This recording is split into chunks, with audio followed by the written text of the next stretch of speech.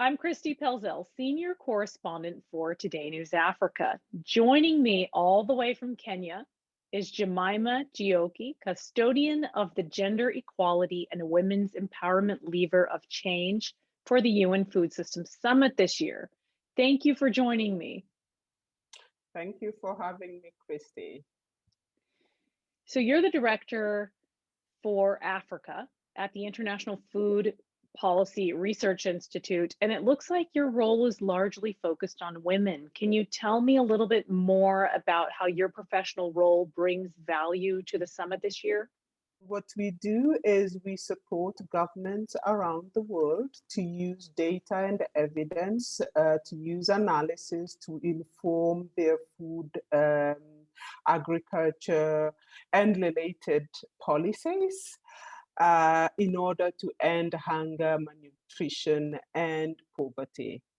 My research focus for many years has been on gender equality and women's empowerment. And so to every role, I bring that perspective that we really cannot achieve we cannot end hunger and malnutrition. We cannot end poverty without a strong focus on gender equality and the empowerment of women. And that's how I'm working on the UN Food Systems Summit as well. And when we're thinking about women's issues, many of the issues they face are similar across the globe, but thinking about Kenya specifically as the example, according to World Bank, women make up 80% of Kenya's farmers. But despite that having the majority, they're not able to gain ownership of land, for instance. So what other hurdles are women in Kenya facing in agriculture, and how are we going to make farming more gender neutral, fair, and inclusive once and for all? So I would group these challenges sort of into four big buckets. So the first big challenge is this lack of voice and representation in food systems and in agriculture. The second one, as you rightly point out, is the access to resources and technologies. The third issue, the third challenge is norms and socialization and how people actually view women in society. There's a lot of discriminatory norms that say, you know, women cannot inherit land, that says women cannot be leaders, cannot speak in front of men. Fourth group of barriers, or these policy barriers, legal barriers that have been placed in front of women.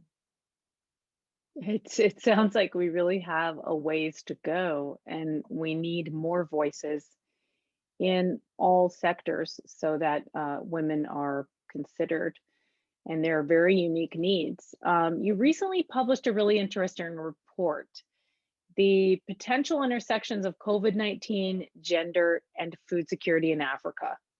And I loved how you kind of laid out a case for women being the nucleus of society, I felt, and how important their role has been, and especially amplified since the pandemic. Mhm. Can you talk a little bit about how women's role has been amplified since the pandemic? So what we've seen during the pandemic is really women's roles, as you say, being amplified, but also a lot of disproportionate impact of the pandemic on women. So I do want to talk about those two sort of sides of the pandemic. One, what the pandemic has made clear and so amplified is the role of women first in food systems. When countries locked down, it was local food systems that kept communities alive. It was local markets. It was local small businesses that kept communities supplied with food. And a lot of those local markets and local businesses are managed and operated by women. The second area that we saw women's leadership is in unpaid care work. We saw unpaid care work burdens of women go up, and it is really, in a way, it was a negative consequence of the pandemic, but in a way, it really highlighted this role that women are playing. That's a good point. So for you, this year's summit, what would make it a success? I'm looking forward to three things from this summit. So the first thing is I'm looking forward to women's voices being heard. And I'm not saying women voices being loud, because we're building the momentum to that. That's what one of my roles has been, to mobilize women's voices from around the globe, to say what are their priorities, what are they concerned about the food system, what is their vision for a food system that works for them. So a lot of these ideas are already on the table.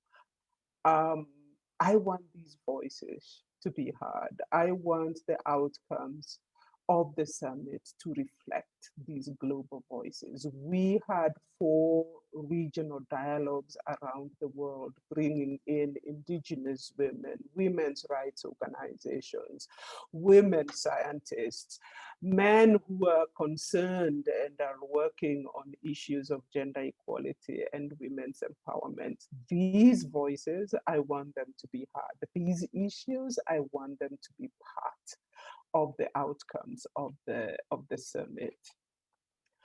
The second thing I'm looking forward to is actually having commitments in terms of resources to these issues. The third thing that I'm looking for is this alliance. I don't know what to call it, because the Food Systems Summit is an event.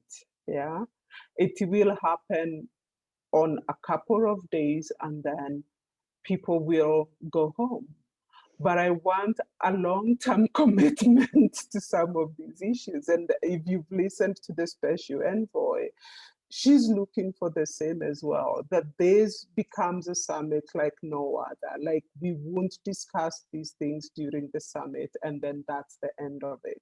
That this work continues, this commitment to gender equality and women's empowerment continues long after the summit. Those are fantastic goals. Very good goals. Thank you so much for your time today and for working so hard to empower women in food systems. Thank you so much, Kristi.